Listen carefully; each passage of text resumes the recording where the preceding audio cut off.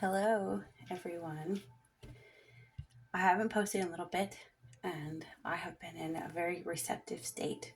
So I've been getting lots of messages. Just sometimes have to take that time when I'm not busy to receive. And it just feels like that's what's in the air right now. I don't know if you feel it, but when I'm still, it's like I can feel the fall time coming. It's always a feeling that pours into me for some reason this time of year. As the days get shorter, even though it's still hot, over 100 degrees outside, um, I just feel like I'm so excited and giddy in a way for October and November and on. um, these cards were at the top of the decks after I had shuffled and prepared everything, and they were kind of leaning, and so I thought I'd pull them out. And these two, I feel like they go together, but I think it's something I need to address because too much of even the spiritual community has the tendency to victim blame. And I say this as a survivor of many things, and I don't see myself as a victim now, but it doesn't mean that I wasn't when the abuse took place. I've said this in the past, but oftentimes people don't really see the victim until they're dead. If you're alive, you made it through something tragic, they'll tell you to quit. Feeling sorry for yourself is all in your head. You're thinking negative, so move on, even if your body cannot. Doesn't matter what you think, your body literally stores trauma, right? But if you were unalived and they found you, face up the side of a river or something, well, there you are, a victim. Who's the perpetrator? Then they'll put victim next to your name in the newspaper. But until that day comes, you don't get that title. People want to bite your face off. They don't want to see you living and surviving because it offends them that you made it through. Something in their inner nature that is also a perpetrator and a victimizer and an enabler. It's part of our culture, even our religion, to forgive and forget all the, predators and things. But those who go through it need to shut their mouths. So when I saw this, that's what I felt immediately.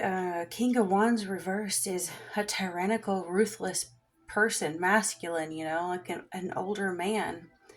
It can be, of course, a woman in very masculine energy, but they think they are a leader, but they really just use ruthless forcefulness to coerce and control.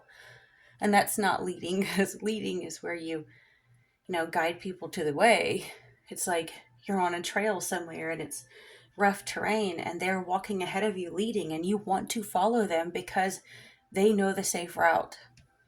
This is more like they've tied you up, right? And dragged you out of your safety and your castle to the barren wasteland, and then they left you there to die. And here's why I say the spiritual community loves to victim blame. And disagree if you may, I do not care. I think we don't call this out enough. We're already so afraid to speak on what's happened to us because they'll call it trauma dumping, right? Look at this meaning on here, and if you look it up on your phone, you'll find many, many descriptive terms that mean self-imposed limitations. Negative thoughts, imprisonment, victim mentality, entrapment. And the irony is that none of this is just in the head. Their eyes are covered, they're tied up, there's a little bit of water they can feel on their feet, and swords everywhere. Kind of looks like when someone thinks you're a vampire and they're getting ready to basically make certain that you never rise from the dead. And here is this castle filled with people, and you're way out here all alone. Now, while it can be a good card, I suppose, for self-imposed restriction, what have you, I always see that more as the Nine of Swords, because it very clearly kind of shows the person crying in bed, and the swords are kind of like in the air, like something that's in their mind. But this looks like these are swords physically bound into the ground around them. And swords represent what? Like legal matters, words, written words, spoken words. It does also represent thoughts. And I feel like these are all the things that represent how you were convinced, how you were coerced, how you were forced into a situation that you would never have chosen of your own making. Ever in a million years would you think you would have ended up here. But this psychopath enjoyed every minute of it. Helped you put those swords in, left you there. But the priestess card comes next. How are you being called to step up and lead? Now see, one of the messages I had seen recently was he sold his soul to get you, and now he's trying to sell his soul to get rid of you. But he already sold it, so he has nothing to offer the demons that he must now serve. So what does he do? He's broke. He's indebted. And yet now he wants to get rid of the thing he thought he couldn't live without. He or she, take it as you will. I'm going to see these images quite oftentimes because of, my past being female. But you really can reverse these roles. If you have some kind of a blood-sucking, soul-sucking individual in your life who, can't stand you but also can't let you go. What was one of the other messages I had gotten? It was that they were jealous of you in every lifetime, no matter how much or how little you have. And even in this lifetime, if they've tried to destiny swap with you, and now they have the upper hand, now they have more money, now they have more power, because they always thought you did in the past. They never saw that what was your true wealth was love and connection to source. And so they're still envious of you. They've taken everything from you, and yet they still cannot have you.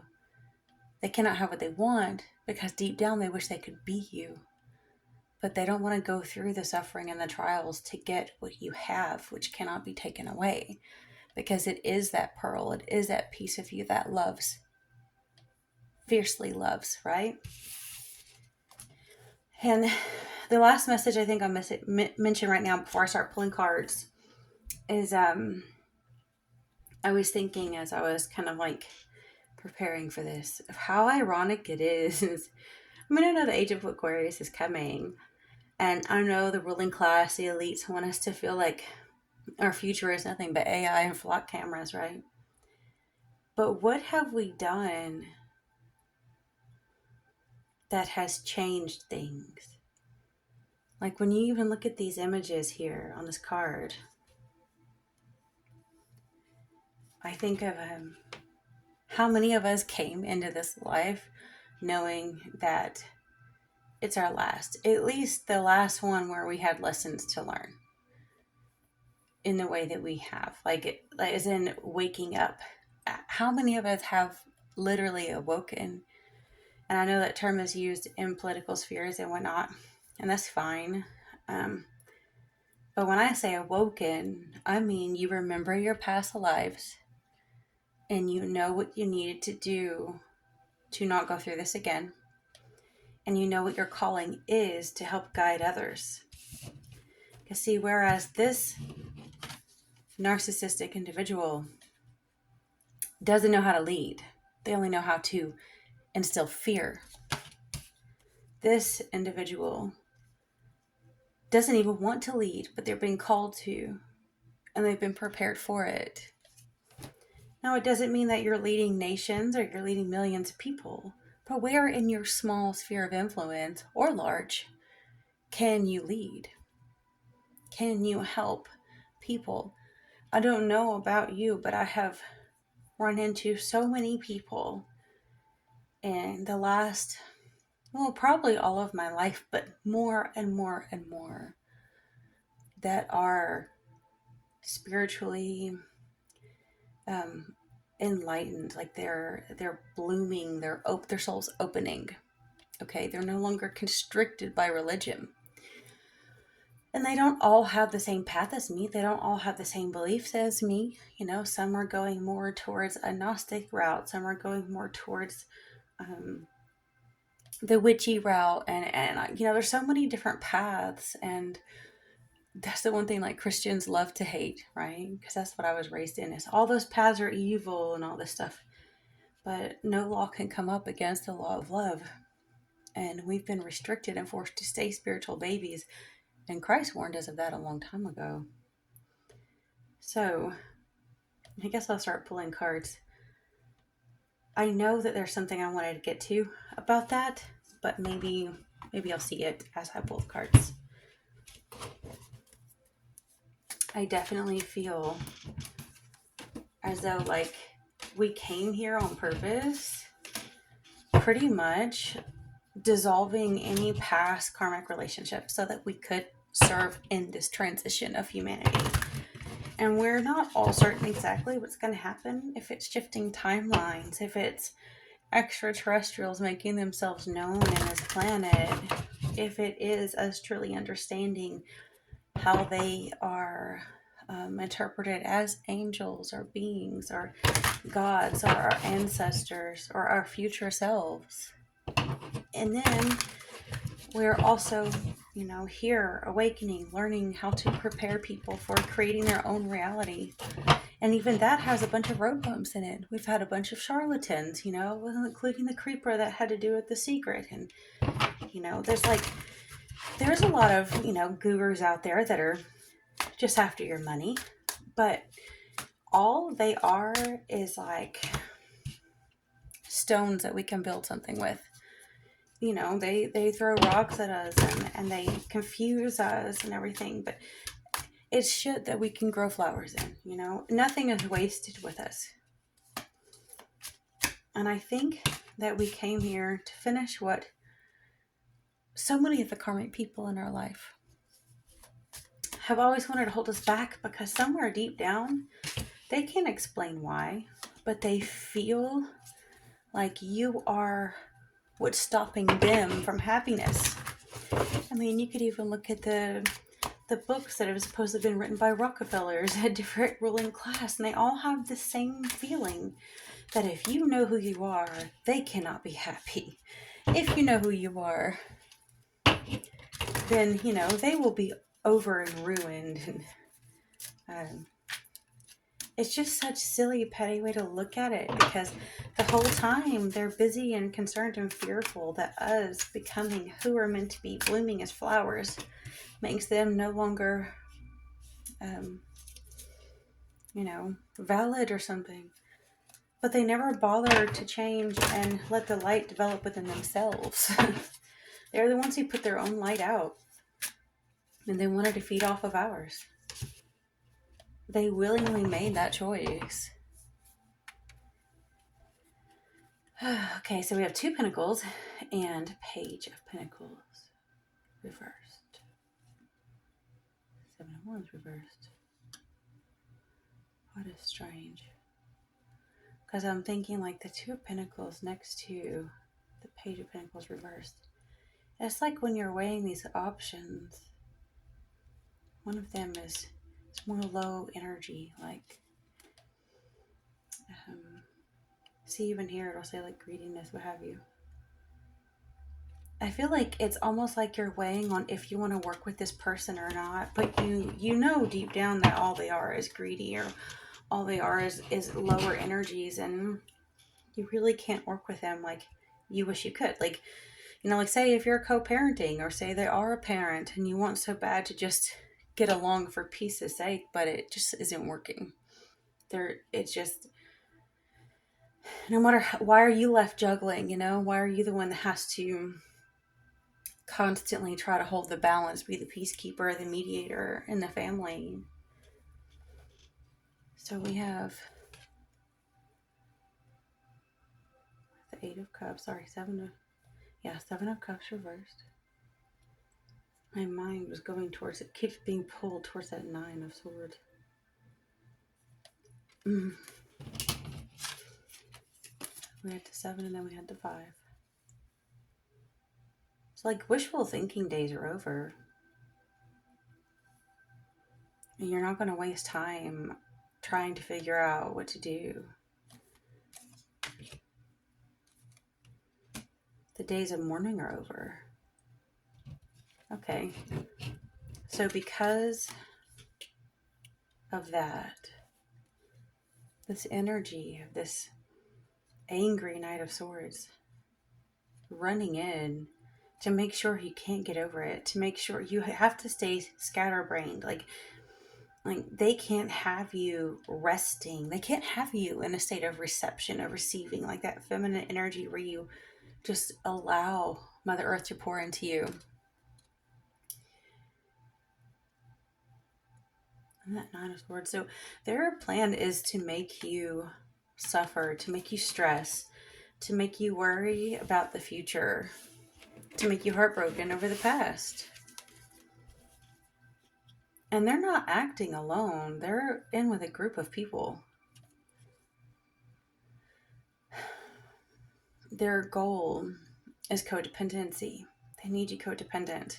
I mean, this really honestly could even be on a larger scale than just you and an ex or a family member or something.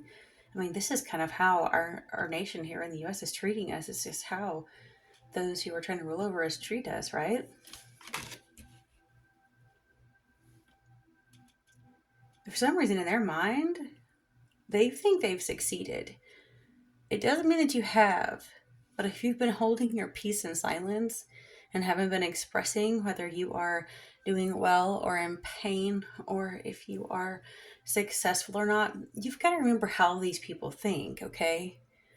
If they have a success in their life, they're going to post it all over social media. They're going to make sure that it goes around the gossip train, okay? They want everyone to know when they've got a win. And if you haven't done that, they assume that you're literally like running away, that you're hiding, that you're ashamed and alone. And the problem is the energy that is going to be born out of them waiting and waiting and waiting and waiting to know that you are suffering is getting to them. It's becoming unbearable to them. Like, they need to know that you're suffering.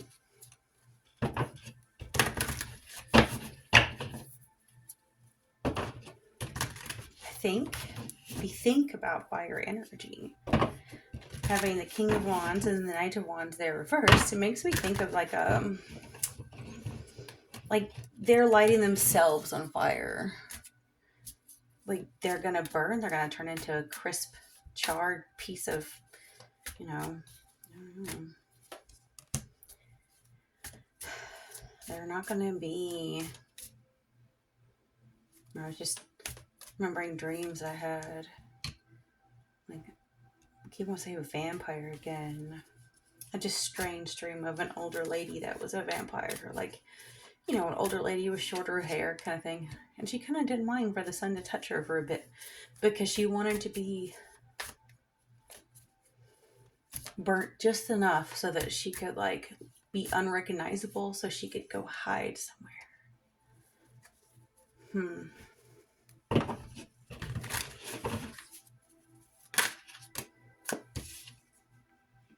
Nine of Swords again. And now it's reversed. There may have been a time when you really were devastated and like it's in the past and they did celebrate. They were very, very happy about it. But the problem is that they got ahead of themselves thinking that they're going to keep quote unquote winning. Like they think they'll win the war. They may have, even if they thought they won a battle, in reality, your tears were not for the same reason they think it is. These cards keep on coming out. See, not celebrating anymore. Now they're probably freaking like drunk crying. They lost all their money betting on the wrong horse.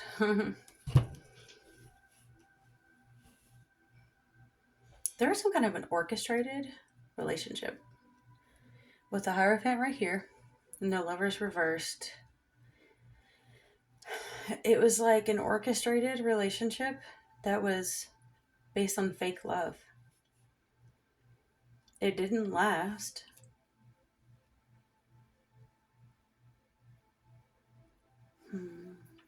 Immature, male, childish, gullible, couldn't see what was happening to them.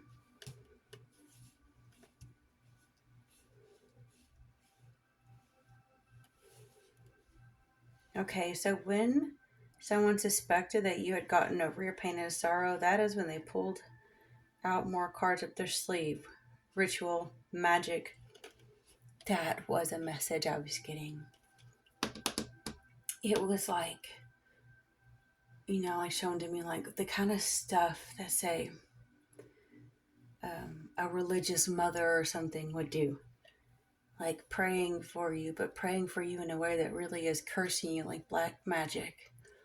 Like praying, oh, I wish they would just fall flat on their face so they would come back to me and bring their kid to me and let me have control over them again. But they're not using those words. It's more like, where they really are so possessed by a evil spirit of religion that they're like, oh, please, dear Lord, bring my baby back to me. Crush them if you have to. Break their will and independence. Twist them and humble them and make them pay for ever estranging from me, kind of thing, right? It's so creepy. It is. It's creepy. It's like, if your kid doesn't want to have anything to do with you, let them go. Let them find themselves, right? You have to. If you're trying to force them to live their life your way, they can't fulfill the reason why they're here, which means you're under karmic debt to them because you stopped them from becoming who they were meant to become. You have to be able to let them go to bloom. Children come back when it's time, if they want. They're not your property. You don't own them, and they do not owe you a damn thing. Now, we have the sun here. Just as I was talking about child, someone is trying to use magic. Like I said, black dark magic can even be in the guise of praying a holy prayer, of being a devout follower of a religion. They want someone's child.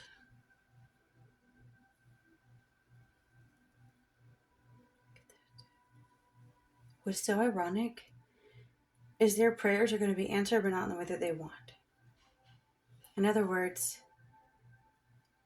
everything is going to be exposed. If they pray for you to be crushed so that you can become born again, right? Maybe you were crushed and born again. Then you have such a bright light that you shine and expose them and all their dirty deeds that they tried to hide. You end up with the victor's crown and the wheel of fortune turns. Life must go on. It can never stay the same. There are certain people, places, things that want to keep an energy. It's like a house where, something very, very dark or tragic happened. It wants to keep that energy in it forever. It wants to hold it. Sometimes it's very difficult to break it out, to clean all the dust and open the windows and air out everything and bring in new energy. But that's what you have to do. New light, new love, new motion. I cherish every cell in my body. The difficult relationships in my life are the perfect mirror for me to look more closely at my own behavior. Inspiring others. I help others feel empowered by acknowledging their gifts. See, what is so odd about that is many times I can't stand it when it talks about mirroring, because most of the time, toxic people are going to mirror you deliberately to try to get the upper hand.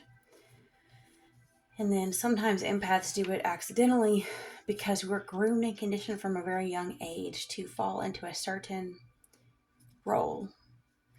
And when you fall into that role, the other people think, oh, well, I control you now. You're mine now. Kind of behavior, right?